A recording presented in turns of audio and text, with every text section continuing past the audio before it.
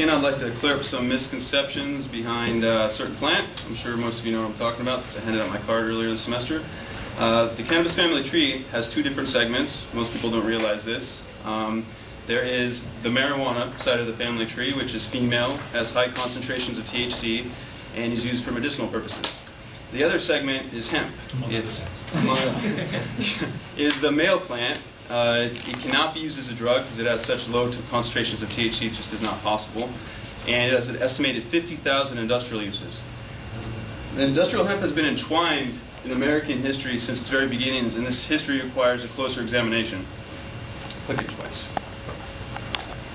From George Washington writing in his diary about separating male and female plants, to growing it on his farm, and from famous quotes like,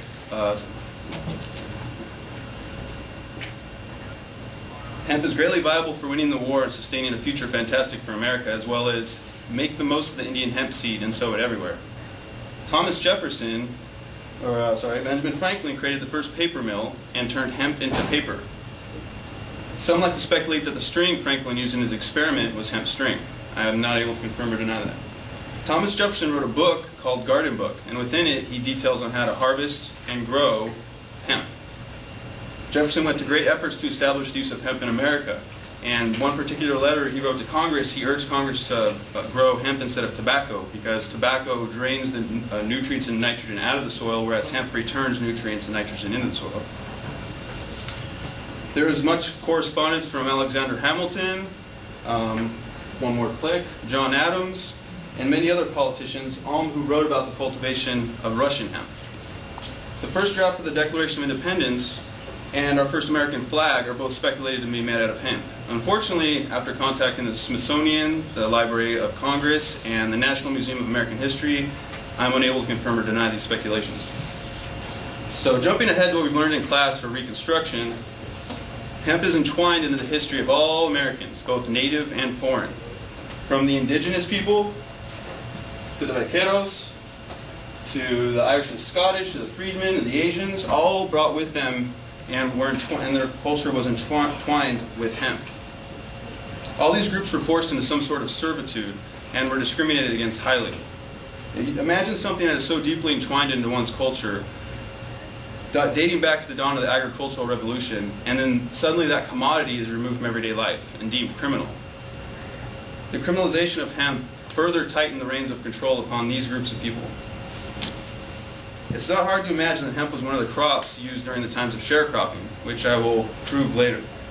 Economists say that America was the richest nation at that time, was the richest nation in the world, and our main focus was agriculture, and our number one crop was cotton. But any good farmer knows that cotton, as well as tobacco, drains the nutrients and nitrogen out of the soil, whereas hemp is the returner of those nutrients and nitrogen. And it's also a year-round crop rotator. Inventions such as the loom allowed hemp to be more easily crafted into clothing and other industrial products. In 1899, the U.S. Census counted around 18,000 acres of hemp, and almost 12 million pounds were harvested at a total worth of $546,000 nationwide. If you notice really quick, Kentucky is the #1 state for production. It just blows my mind how much they produced. The cattle frontier was rich with the history of hemp, and items such as saddles, boots, ropes, blankets, oil, and other materials were brought along with the settlers. Hemp was used both pre- and post-modernization, and America and those within benefited greatly from its presence up until the 1900s when monopolies sprang forth. Thomas Edison used hemp in some of his experiments, and Mark Twain, who coined the phrase Gilded Age, had some of his first books published on hemp paper. The Gilded Age was born, and with it came this shiny, gold-covered ball of crap. And we all don't want to touch it, but unfortunately we're going to. So just remember to wash your hands thoroughly when you leave here today. So instead of using a picture of a golden-covered ball of crap, I decided to use a device that was a downfall of the ancient city of Troy, a Trojan horse.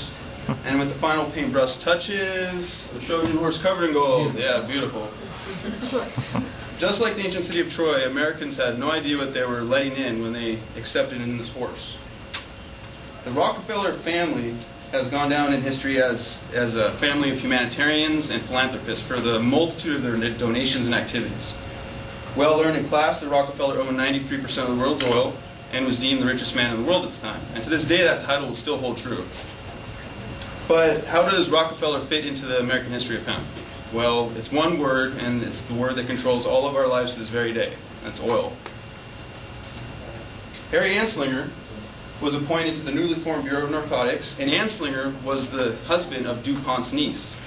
DuPont owned industrial companies that created chemical, energy, plastic, yarn, and food and paper products. William Randolph Hearst owned newspaper publications and had vested interest in the paper and timber industry. Andrew Mellon was a Treasury Secretary and headed the Bank of Pittsburgh at that time, which loaned DuPont 80% of all his money. He also had a vested interest in all parties above mentioned. All these men worked together to aid in the criminalization of hemp and remove it from everyday life for their own personal and financial gain, despite the negative impact that it would have on America. Anslinger wrote the Gore Files, which were later proven to be false newspaper reports of marijuana use gone violently wrong. And Hearst published them. Racism was the determining factor in the criminalization of hemp and marijuana, both in the end being lumped into this category of the newly controlled Substance Act, Category 1, most lethal, dangerous, and addictive drugs. This was the age of Reefer Madness and many other racially motivated movies that portrayed race as the key factor for marijuana use and proposed that by getting rid of the plant, you'd be getting rid of the minorities that brought the plant with them. So to reiterate, Rockefeller's incentive to criminalize hemp was his oil kerosene business. Hemp was widely used to make kerosene oil, and due to that fact, any hemp grown in the U.S. was direct competition to Rockefeller, and we all learned what Rockefeller did with his competition. It was crushed, ruined, and defeated. DuPont's incentive was his paper, plastic, food, textiles, and fabrics business. Hemp is a natural and affordable alternative to these products, and to this very day, they're being used worldwide and still being produced by other countries. Hearst's incentive was his paper and timber industry. Hemp paper can be recycled up to 8 times, our current paper only 3. Mellon funded DuPont, and also at the same time tightened his financial grip upon the farmers involved. With their combined interests and economic powers, they campaigned for the removal of hemp and marijuana successfully. That negative and false perception created continues to current times.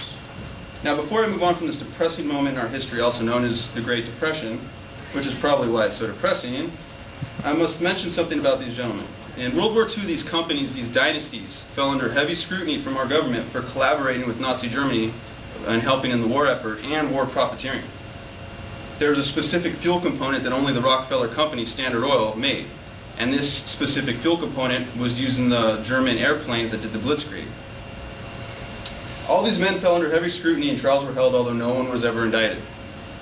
Now, when I came across this history, a question immediately formed within my mind. Should a person or a group or an organization be considered a philanthropist or a humanitarian for the hundreds of good deeds and actions they perform, even if they put their personal and capitalistic gain before the millions who died in the Holocaust? Because to me, by supporting Nazi Germany in any way, shape, or form is supporting the genocide that occurred from Nazi Germany. So after learning this information, I took a second glance at the picture of those powerful men in our country at that time, and their dynasty still remains strong and entrenched. And well, I don't know, a couple of them kind of do look like Nazis. But we all know about assumptions, so we won't go down that road. During the time of propaganda and stereotypes surrounding the hemp plant, J.B. Duke was beginning his monopoly of tobacco. I found much historical data about him purchasing a great many tobacco farms, specifically in Kentucky, which, if you remember, was the #1 state for hemp production, as shown on the census. Henry Ford created a new plastic, and it was made from hemp. In a demonstration that is on film, Henry Ford strikes the fender with an axe, and it doesn't even leave a dent. Popular Mechanics Volume 76, Number 6, December 1941, was titled Auto Body Resists Denting Under Hard Blows. This new hemp plastic was 2,000 times stronger than steel and 1,000 pounds less in weight. Criminalization of the hemp plant soon followed, and I found that the DuPont company now owns the hemp plastic patent, as well as other hemp patents, such as hemp yarn and hemp fuel, for example. When World War II occurred, our government went to all lengths to find resources for the war effort. So the Hemp for Victory program was initiated, and it encouraged people all over the country to grow hemp for the war effort. Posters were created, and even instructional videos for the public on how to grow hemp. Licenses were sold that allowed the growing of hemp despite the licenses stating it as marijuana. Notice the odd spelling. Once the war ended, the prohibition went back into effect, and the DEA as well as state and local law enforcement began cutting down any and all cannabis-related crops. Even if a farmer had a license, the Controlled Substance Act trumped that license, and the government was allowed to seize and destroy all hemp crops. Just recently it was ruled by a state Supreme Court that the government has all the right to seize hemp-related crops because the Controlled Substance Act doesn't state how much THC is required to be in a hemp plant, only that it has any THC, even if that's 0.0001. And then it would be labeled Category 1 Most Dangerous, Lethal, and Addictive Drug. Currently, over 30 countries have legalized and produced industrial hemp. And some of those same countries have criminalized medicinal marijuana. The United States has around 9 states that have legalized industrial hemp. Oddly, though, there are 13 states that have legalized medicinal marijuana, which is the taboo side of the debate. Very odd ratio. It makes me wonder about what back in 1938 when Popular Mechanics declared hemp to be the new billion-dollar crop. If we equated that in today's terms, what would the crop be worth today? Imagine the boost hemp could give to our current economy, how it could aid in reducing our national deficit, and the countless jobs that it could create. So I want to provide a quick list of A to Z products that can be created from hemp and even attributes of the hemp plant that can be used to benefit society.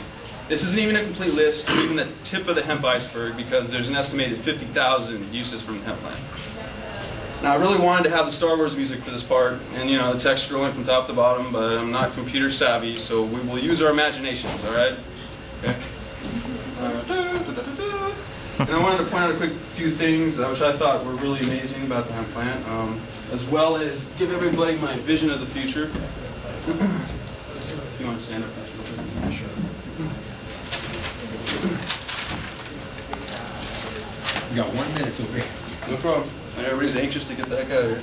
But yeah, so if you look, I mean, it's drought resistant, so you can pretty much grow it all over the country in areas that plants would normally grow. It has very dense root structure, which is mixed in there somewhere. It can smother out weeds that are harmful to other farms and you can't get rid of. Let's see here. You can make concrete out of it, which in France there's bridges that are centuries old that are made out of this hemp concrete. Erosion control, eczema treatment for if you have skin conditions, flame durable, you can make wood out of it. So in the fire season here in California, if our houses were made out of the hemp wood, most likely you'd be less likely to burn down. Hunger, hemp seeds, they are great for, like in the Irish potato famine back in the day, they used hemp seeds to survive in some cases. Imagine the income it could bring on, the jobs. Waste disposal, cleans radioactive waste out of the soil. I'm almost done. It's a year-round producer, and you heard about the plastic. Now this is my dream right here, is you have your freeways lined with hemp, you have your pastures with hemp, because the oxygen production is 4% more, so therefore it should suck in 4% more CO2, so kind of aiding in the whole global warming debate if you want. You could have on top of all the office buildings like in LA, clean up LA's air. There's a nuclear plant sucking all the radioactive waste out of the soil. And there's a bunch of products I have in here. But overall, I have one final thing to say to you guys. Let you go. Well, I hope that you all learned how vitally important the hemp was for America throughout its history. The hemp plant benefited American Americans, and it can benefit America today. It all starts with you. By simple word of mouth, you can begin correcting the public's misperception of the hemp plant. And so I'll end with saying, just seek the facts, confront the truth, and pass it on. All right.